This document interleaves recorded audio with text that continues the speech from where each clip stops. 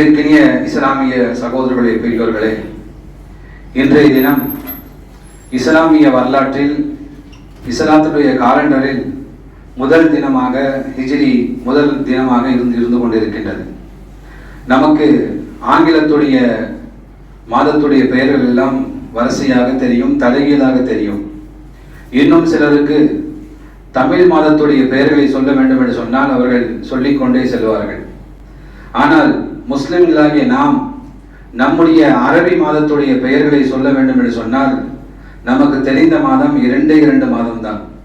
ஒன்று நோன்பு வைக்கக்கூடிய ரமதான் மாதம், இன்னொன்று குர்பானை கொடுக்கக்கூடிய அல்லது ஹஜ்ஜுக்கு செல்லக்கூடிய துல்ஹஜ் மாதம். இந்த இரண்டு மாதத்துடைய பெயர்களை நாம் தெரிந்து வைத்திருக்கின்றோம். ஆனால் எப்படி ஜனவரி பிப்ரவரி என்பதாக இருந்து கொண்டிருக்கின்றதோ அதே போன்று அரபி மாதங்களுடைய பெயரையும் நாம் ஒவ்வொருவரும் தெரிந்து கொள்ள வேண்டும். அதையும் தாண்டி இன்று ஹிஜ்ரி வருடத்துடைய எண்ணிக்கை என்ன? 2025 என்பதாக நாம் சொல்லுகின்றோம். அதே போன்று ஹிஜ்ரி உடைய நாட்களில் இன்றைய வருடத்துடைய நாள் என்ன, வருடத்துடைய நம்பர் என்ன என்று சொன்னால் நம்மில் பலருக்கு ஒரு கேள்விக்குறிதான். 1447 ஹிஜ்ரி. ஆக நபிகள் நாயகம் ஸல்லல்லாஹு அலைஹி அவர்கள் மக்காவிலிருந்து ஹிஜ்ரத் செய்து 1447 வருடங்கள் ஆகின்றன. இன்னொன்று, இன்று பிற மதத்தவர்கள் எல்லாம் தம்முடைய வருடப்பிறப்பை, வருடத்துடைய முதல் நாட்களை கொண்டாட்டமாக அவர்கள் தமக்கு மத்தியிலே பாராட்டுகளையும் தமக்கு மத்தியிலே வாழ்த்துகளையும் பரிமாறிக்கொள்வதன் மூலமாக இன்றைய தினம் வருட பிறப்பு என்பதை நாம் அறிந்து கொள்கின்றோம். ஆனால் முஸ்லிம்களாகிய நாம் நம்முடைய வருடத்துடைய முதல் நாள் இன்று முஹர்ரம், நாம் எந்த விதமான கொண்டாட்டமும் இல்லாமல் எந்த விதமான ஆடம்பரமும் இல்லாமல் இருக்கின்றோம் என்று சொன்னால் இதுதான் இஸ்லாம் நமக்கு கற்றுக் கொடுத்தது. ஆக ஒரு வருடம் பிறக்கின்றது சொன்னால் அதில் கொண்டாடுவதற்கோ அதில் மகிழ்ச்சி அடைவதற்கோ ஏதும் இல்லை. மாறாக இத்தனை வருடத்தை கடந்து நாம் வந்திருக்கின்றோம். சுமார் 50 ஆண்டுகளை கடந்து, 60 ஆண்டுகளை கடந்து, 30 ஆண்டுகளை கடந்து, 20 ஆண்டுகளை கடந்து நாம் வந்திருக்கின்றோமே. நாம் அல்லாஹ்வுடைய திருப்தியை பெறக்கூடிய செயல் எதை செய்தோம் என்பதை சிந்திக்கக்கூடிய ஒரு நாளாக இன்றைய நாள் இருந்து கொண்டிருக்கின்றது. ஆக அன்பிற்கினிய இஸ்லாமிய சகோதரர்களே, இன்றைய தினம் முஹர்ரமுடைய முதல் தேதியாக இருந்து கொண்டிருக்கின்றது. ஆகவே முஹர்ரம் ஒரு சுய பரிசோதனையின் மாதம் என்ற தலைப்பின் கீழ் உங்களுக்கு மத்தியில் சில விஷயங்களை சொல்ல ஆசைப்படுகின்றேன். அது மட்டுமல்லாமல் இந்த முஹர்ரம் மாதத்துடைய முக்கியத்துவம் என்ன, நாம் செய்ய வேண்டியவை செய்யக்கூடாதவை என்ன, அதிலிருந்து நாம் கற்றுக்கொள்ள வேண்டிய பாடங்கள் என்ன என்பதை குறித்தெல்லாம் மிக சுருக்கமாகவும் தெளிவாகவும் இன்ஷா அல்லாஹ் நாம் பார்க்க இருக்கின்றோம். நாம் எதை கேட்கின்றோமோ அதன்படி செயல்படக்கூடிய பாக்கியத்தை அல்லாஹ் நம்ம அனைவருக்கும் தந்தருவானாக. அன்பிற்கினியவர்களே, அல்லாஹ் தஆலா குர்ஆனிலே சொல்கின்றான், இன் ஐத்தத ஷுஹூரி இன்தல்லாஹி 12 ஷஹரன் ஃபீ கிதாபில்லாஹ். நிச்சயமாக அல்லாஹ்விடம் வானங்களையும் பூமியையும் படைத்த நாளில் இருந்து அல்லாஹ்வின் விதியில் மாதங்களின் எண்ணிக்கை 12 என்பதாக அல்லாஹ் நிர்ணயித்திருக்கின்றான். ஆக மாதங்கள் எண்ணிக்கை 12 என்பதை ஏதோ ஒரு புதிய கண்டுபிடிப்பாக, புதிய விஷயமாக மக்கள் சொல்லிக் கொண்டிருப்பதையும் அறிஞர்களும் அறிவாளிகளையும் ஆராய்ச்சியாளர்கள் சொல்லிக் கொண்டதை நாம் பார்க்கின்றோம். ஆனால் அல்லாஹ் சொல்கின்றான், இந்த உலகத்தை படைத்த நாளிலிருந்து அது முடிவு செய்யப்பட்டு விட்டது, 12 மாதம் என்பதாக முடிவு செய்யப்பட்டது என்று சொல்லிவிட்டு அல்லாஹ் சொல்கின்றான், அதிலே புனிதமாக 4 மாதங்கள் இருந்து கொண்டிருக்கின்றன. ஆகவே அந்த மாதங்களில் நீங்கள் பாவம் செய்யாதீர்கள், உங்களுக்கு நீங்கள் தீங்கிழைத்துக் கொள்ளாதீர்கள் என்பதாக அல்லாஹ் சொல்கின்றான். ஆக அல்லாஹ் தஆலா இந்த 4 மாதங்களை உயர்வான மாதங்கள், கண்ணியமான மாதங்கள் என்று சொல்லும் போது மற்ற மாதங்கள் எல்லாம் கண்ணியமற்ற மாதங்கள் என்பதாக பொருள் அல்ல. மாறாக இந்த 4 மாதங்கள் மிக சிறந்த மாதமாக, அதிலும் குறிப்பாக நாம் அதில் அதிகமாக நன்மை செய்யக்கூடிய மாதமாக, பாவங்கள் தன்னை தற்காத்துக் கொள்ளக்கூடிய ஒரு மாதமாக இருந்து கொண்டிருக்கின்றது. ஆகவேதான் அல்லாஹ் தஆலா அந்த மாதங்களை சொல்லிவிட்டு சொல்கின்றான், இந்த மாதங்களில் நீங்கள் பாவம் செய்யாதீர்கள், அநியாயம் செய்யாதீர்கள், உங்களுக்கு நீங்கள் தீங்கிழைத்துக் கொள்ளாதீர்கள் என்பதாக அல்லாஹ் சொல்கின்றான். இதற்கு பொருள் என்னவென்று சொன்னால் அல்லாஹ் தஆலா இந்த மாதங்களை கண்ணியப்படுத்தி இருக்கின்றான். நாம் எப்படி பள்ளிவாசலுக்குள் வந்தால் அமைதியாக, கண்ணியமாக, ஒழுக்கமாக இருக்கின்றோம். ஏனென்று சொன்னால் இது அல்லாஹ்வுடைய வீடு, அல்லாஹ்வுடைய இடம், இங்கே அமைதியாக கண்ணியமாக இருக்க வேண்டும்.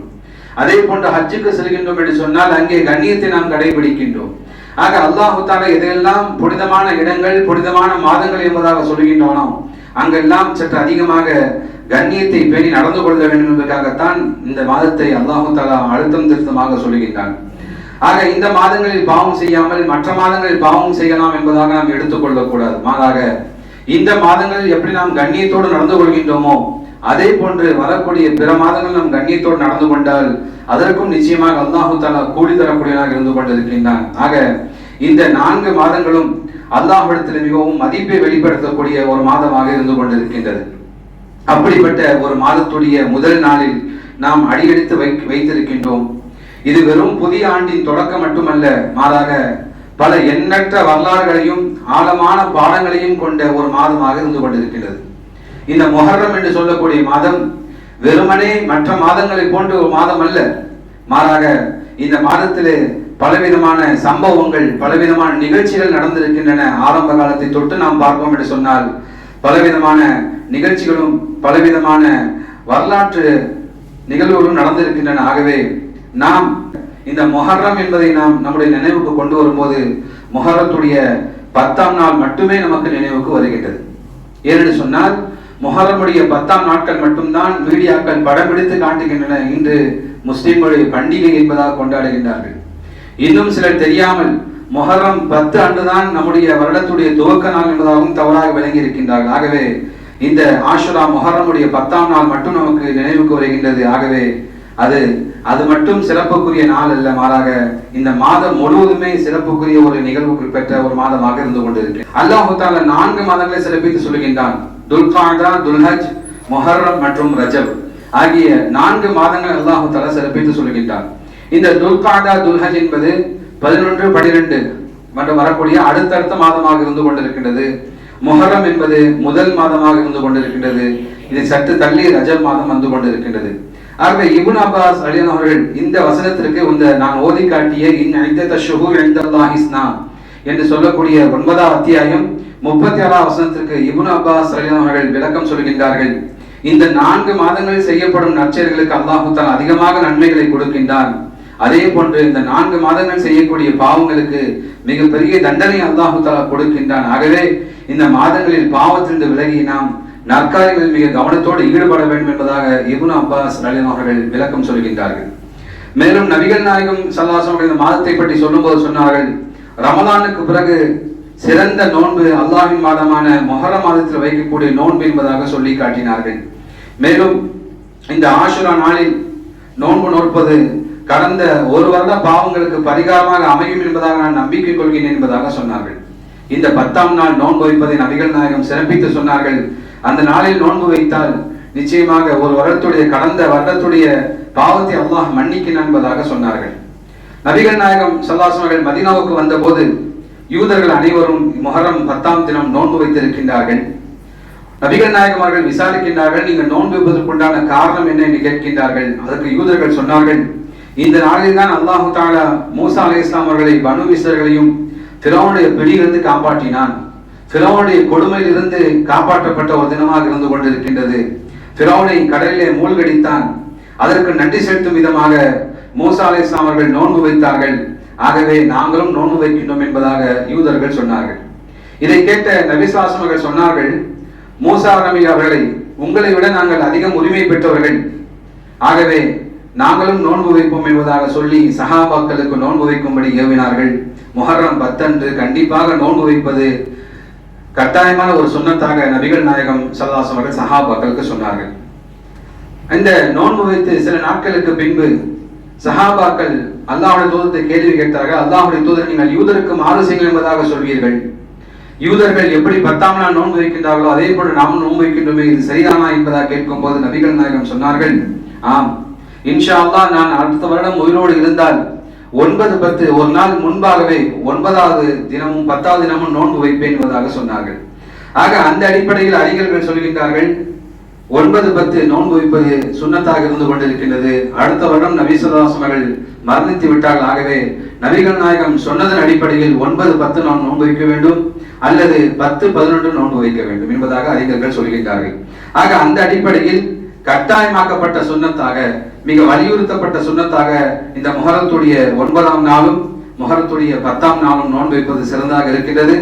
அந்த 9ஆம் நாள் நோன்பு வைக்காதவர்கள் 10, 11 ஆகிய 2 நாட்கள் வைப்பது சுன்னத்தாக இருந்து கொண்டிருக்கின்றது. அந்த 9, 10 வரக்கூடிய சனிக்கிழமை, அடுத்த வாரம் சனிக்கிழமை, ஞாயிற்றுக்கிழமை அல்லது ஞாயிற்றுக்கிழமை, திங்கட்கிழமை ஆக நாட்களில் நோன்பு வைப்பது மிக சுன்னத்தாக இருந்து கொண்டிருக்கின்றது.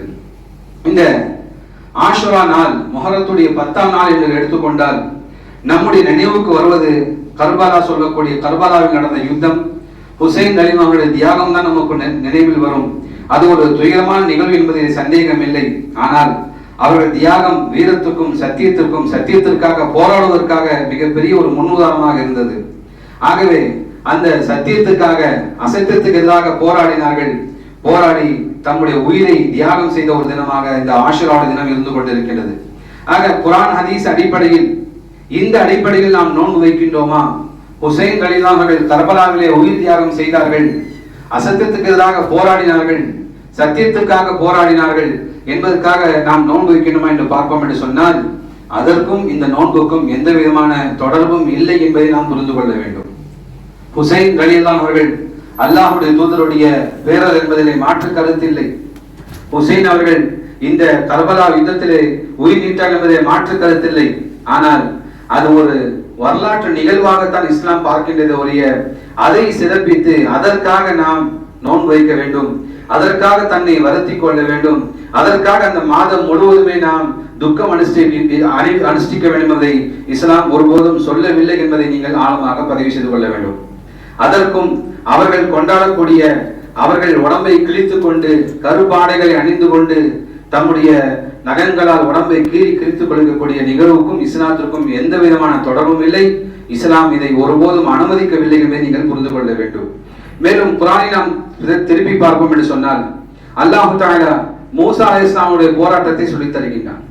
மூசா அலைஹிஸ்ஸலாம் அவர்கள் ஃபிரௌனுக்கு மத்தியிலே கடுமையாக போராடினார்கள்.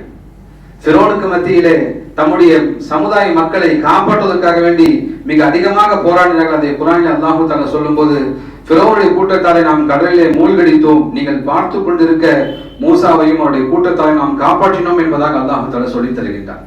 ஆக இங்கே அவர்கள் யூதர்கள் சொன்னதை போன்று எப்படி அல்லாஹ் தஆலா மூசா நபியையும் மூசா நபியை பின்பற்றக்கூடிய மக்களையும் காப்பாற்றினானோ, அதற்கு நன்றி செலுத்தும் விதமாக நோன்பு வைத்தார்களோ, அதே போன்று நாமும் நோன்பு வைக்க வேண்டும். ஆக இங்கே நமக்கு தெரிய வேண்டிய பாடம் என்னவென்று சொன்னால், கொடுமைக்கு எதிராக மூசா அலைஹிஸ்ஸலாம் அவர்கள் போராடினார்கள், ஃபிரௌனுடைய அநியாயத்துக்கு எதிராக போராடினார்கள்.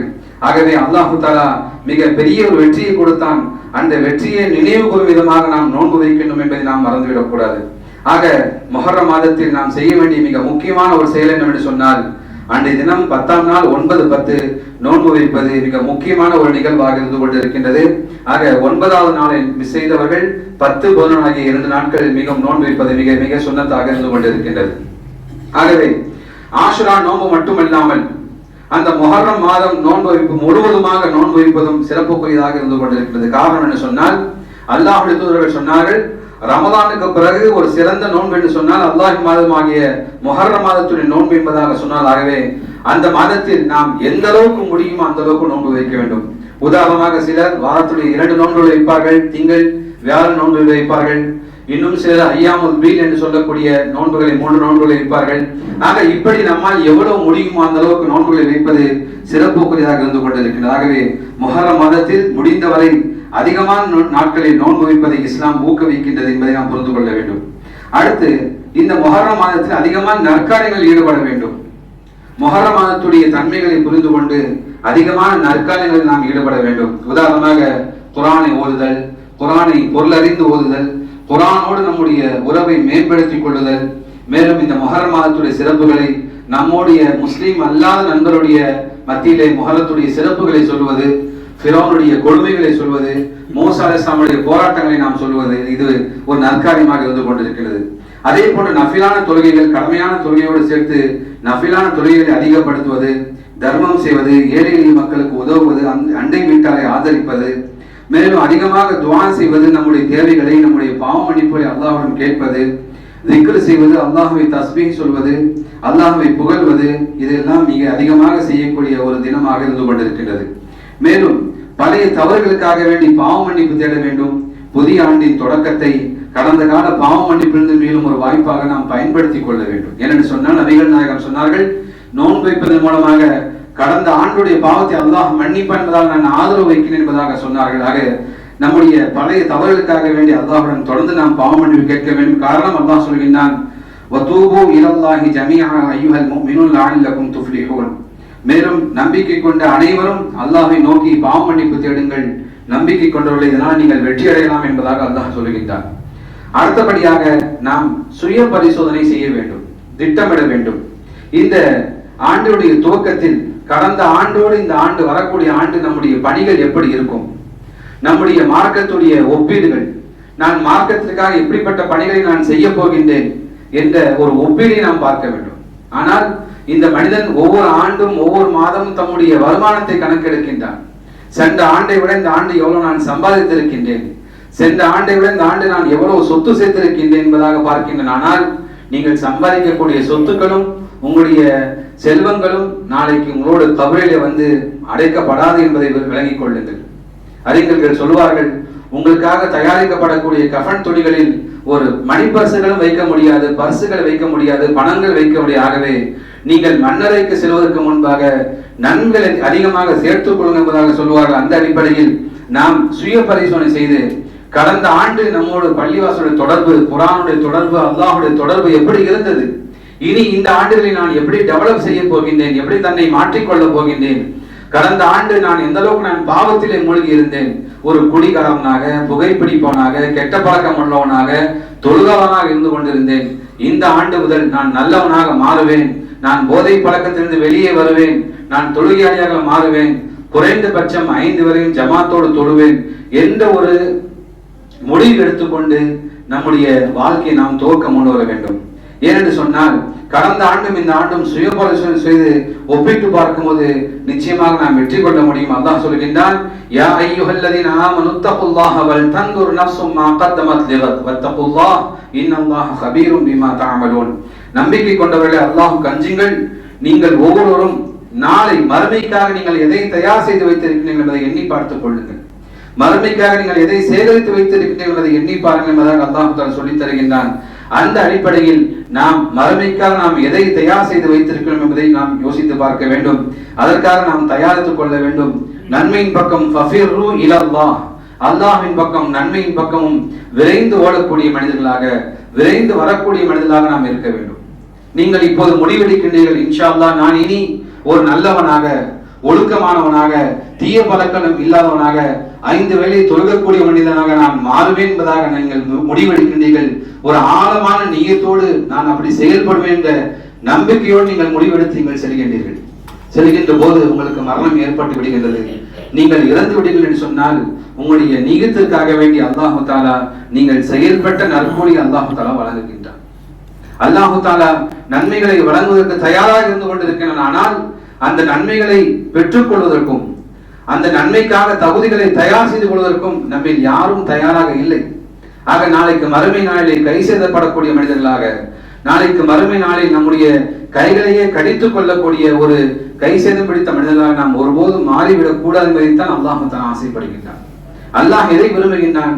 என்னுடைய அடியார்கள் அனைவரும் ஒன்று சேர்ந்து என்னிடம் தௌபா செய்தால், பாவ மன்னிப்பு கேட்டால் நான் மன்னிப்பதற்கு தயாராக இருந்து கொண்டிருக்கிறேன் என்பதாக அல்லாஹ் அதை எதிர்பார்க்கின்றான். ஆனால் நாம் பாவ மன்னிப்பு கேட்பதற்கும் பாவத்திலிருந்து மீள்வதற்கும் இனி பாவத்தின் பக்கம் திரும்பக்கூடாது என்ற எண்ணம் இல்லாமல் நாம் வாழ்ந்து கொண்டிருக்கணும் என்று சொன்னால் நிச்சயமாக நாளைக்கு மறுமை நாளில் அல்லாஹ் தஆலா இடத்திலே பெரும் பாவத்துக்குரிய ஒரு சமுதாயமாக மனிதர்களாக ஆகிவிடுவோம். அல்லாஹ் நம்மை காப்பாற்றுவானாக. மேலும் இந்த மாதத்தில் செய்யக்கூடாத செயல்வதாக பார்ப்போம் என்று சொன்னால், முதலிலே இந்த மாதத்தில் பாவத்திலிருந்து நாம் முழுமையாக நாம் விலகி இருக்க வேண்டும். காரணம், இது புனிதமான மாதங்கள் ஒன்று என்பதாக அல்லாஹ் சொல்லித் தருகின்றான். ஆகவே மற்ற நாட்களில் பாவம் செய்வதை விட முஹர்ரம் மாதம் பாவம் செய்வது மிகப்பெரிய ஒரு கை சேதமாக, மிகப்பெரிய ஒரு பாவமாக இருக்கிறது. அல்லாஹ் சொல்கின்றான், ஃபலா தظلموا فيهن انفسكم. இந்த மாதங்களில் உங்களுக்கு நீங்களே அற்ப இழைப்பினை ஏற்படுத்திக் கொள்ளாதீர்கள், இந்த மாதத்தில் நீங்கள் பாவங்களை செய்யாதீர்கள் என்பதாக அல்லாஹ் சொல்லித் தருகின்றான். நான் ஓதி காட்டிய அந்த 9ஆம் அத்தியாயம் 36 வசனத்தை அல்லாஹ் சொல்கின்றான், நீங்கள் பாவங்களை செய்யாதீர்கள் என்பதாக சொல்லித் தருகிறாகவே இந்த மாதத்தில் நாம் பாவங்களில் ஈடுபடுவதை குறைத்துக் கொள்ள வேண்டும், பாவங்களில் நாம் தவிர்த்து கொள்ள வேண்டும். எல்லா விதமான சிறிய பெரிய பாவங்களையும் இந்த வசனம் குறிக்கின்றதாகவே புறம் பேசுதல், பொய் சொல்லுதல், வீண் சண்டையிடுதல், பிறருக்கு அநீதி இழைத்தல், ஏமாற்றுதல் போன்ற அனைத்து விதமான பாவங்களை விட்டும் நாம் கொஞ்சம் கொஞ்சமாக இந்த மாதத்தில் நாம் விலகிக் கொள்ள வேண்டும். அதிலும் முக்கியமாக ஷிர்கான விதத்தான அனாச்சாரங்களை விட்டு இந்த மாதத்தில் நாம் முழுமையாக நாம் விலகிக் கொள்ள வேண்டும். ஏனென்று சொன்னால் இந்த முஹர்ரம் மாதம் குறித்து நம்முடைய சமூகங்களுக்கு மத்தியிலே நடைமுறையில் பலவிதமான அனாச்சாரங்கள், பலவிதமான விதத்துகள், ஷிர்கான விஷயங்கள், அல்லாஹுக்கு இணைவிக்கும் விஷயங்கள் அதிகமாக நிகழ்வதை நம்மால் பார்க்க முடிகின்றது. முஸ்லீம் பெயர் வைத்துக் கொண்டு, முஸ்லீம் என்பதாக சொல்லிக் கொண்டு அவன் மார்க்கத்துக்கு புறம்பான காரியங்களை செய்கின்றான். கர்பலாவுடைய நிகழ்வு, அங்கே ஹுசைன் அலி அவர்கள் மிக கொடுமையாக கொல்லப்பட்டார் என்பதற்காக வேண்டி மார்பிலை அடித்துக் கொள்கின்றான், துக்க ஊர்வலங்களை நடத்துகின்றான். இதெல்லாம் இஸ்லாம் அனுமதிக்காத செயல். இதில் கலந்து கொள்வதும், இதை நாம் பார்ப்பதும், இதற்கு நாம் உதவி செய்வதும், இதற்கு ஆதரவு அளிப்பதும் மிகப்பெரிய இணை வைப்பு என்பதை நாம் புரிந்து கொள்ள வேண்டும். காரணம் என்னவென்று சொன்னால், அல்லாஹ்வுடைய தூதர் ஸல்லல்லாஹு அலைஹி வஸல்லம் சொல்கின்றார்கள், யார் கன்னங்களில் அடித்து அழுகின்றார்களோ, கன்னங்களில் அடித்துக் கொள்கின்றார்களோ, ஆடையை கிழித்துக் கொள்கின்றார்களோ, அறியாமை கால அழைப்புகளை அழைக்கின்றார்களோ, அவை நம்மை சார்ந்தவர் இல்லை என்பதாக சொல்கின்றார்கள்.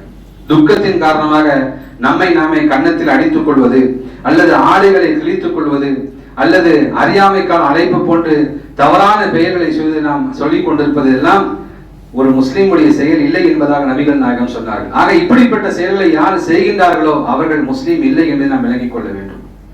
ஆக நம்முடைய பகுதிகளில் இந்த டிப்ளிகேன், ராயப்பேட்டை, ஐசஸ் பகுதிகளை பார்ப்போம் என்று சொன்னால் சாலை சாலையாக ஆண்களும் பெண்களும் இப்படிப்பட்ட அனாச்சாரங்களை செய்வதை நம்மால் பார்க்க முடிகின்றது. அதிலே முஸ்லீமான நம்முடைய சமுதாய மக்களும் அதிலே கலந்து கொண்டு அவர்கள் ஒரு நபியின் பெயரால், நபியுடைய பிள்ளை பேரரின் பெயரால் செய்கின்றார்கள், சரிதானே என்பதாக நாமும் செல்லக்கூடிய காட்சிகளை பார்க்கின்றோம். இது இஸ்லாம் அனுமதிக்காத ஒன்று என்பதை புரிந்து கொள்ள வேண்டும். இன்னும் சிலர் தம்முடைய வீடுகளில் பஞ்சா என்று சொல்லக்கூடிய கை வடிவங்களை வீட்டிலே பதிய வைப்பார்கள். அந்த பஞ்சாவுடைய அர்த்தம் என்ன?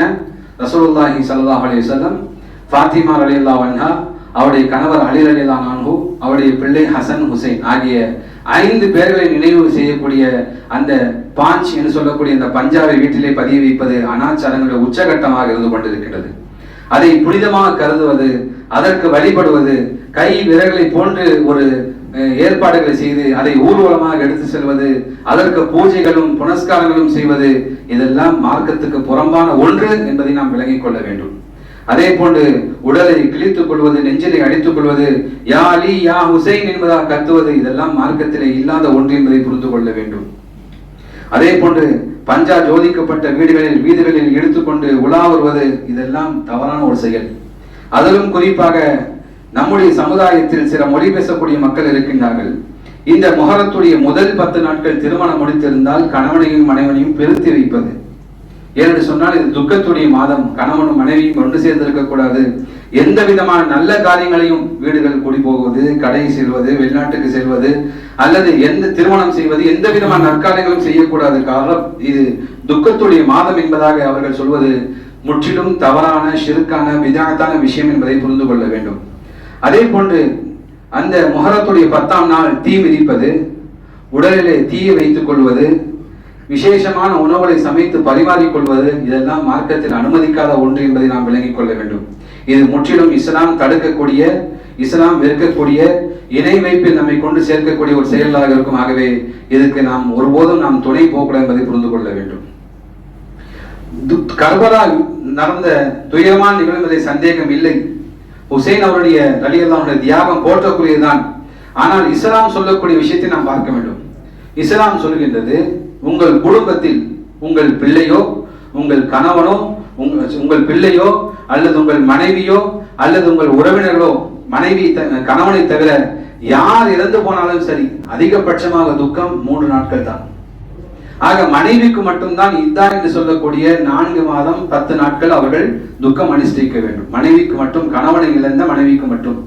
ஆக மற்றவர்கள் என்ன செய்ய வேண்டும் என்று சொன்னால், அவருடைய குடும்பத்திலே ஏதாவது மரணம் ஏற்பட்டு விட்டால், இழப்பு ஏற்பட்டு விட்டால் அதிகபட்ச துக்கம் 3 நாட்கள் என்பதாக நபிகள் நாயகம் சொல்லி இருக்கின்றார்கள். ஆனால் இங்கே பார்க்கின்றோம், ஒவ்வொரு ஆண்டும் இந்த துக்கம் அனுஷ்டிக்குவதும் அழுது புலம்போதும் மார்க்கத்தில் இல்லாத ஒரு செயலாக இருந்து கொண்டிருக்கிறது. நான் கேட்கின்றேன், ஹுசைன் அவர்களை விட்டு விடுங்கள். நபிகள் நாயகம் ஸல்லல்லாஹு இறப்புக்கு அவர்கள் துக்கம் அனுஷ்டிக்கின்றார்களா? நபிகள் நாயகத்துடைய மனைவி கதீஜா அவர்களும் ஆயிஷா அவர்களும் இறந்து போனார்கள், அதற்காக துக்கம் அனுஷ்டிக்கின்றார்களா? ஏன் ஹசன் ஹுசைனுடைய தாயார் இறந்து போனார்கள், ஃபாத்திமா அவர்கள் துக்கம் அனுஷ்டிக்கின்றார்களா? அவருடைய தந்தை அலி அவர்கள் இறந்து போனார்கள், துக்கம் அனுஷ்டிக்கின்றார்களா? எத்தனையோ கண்ணியமிக்க சஹாபாக்கள், ஹுலஃபாய் ராஷிதுகள், உமர், அபூபக்கர், உஸ்மான் என்று சொல்லக்கூடிய பெரும் பெரும் சஹாபாக்களுக்கெல்லாம் துக்கம் அனுஷ்டிக்கின்றார்கள் என்று சொன்னால் இல்லை. இது மார்க்கம் நமக்கு கற்றுத்தரவில்லை.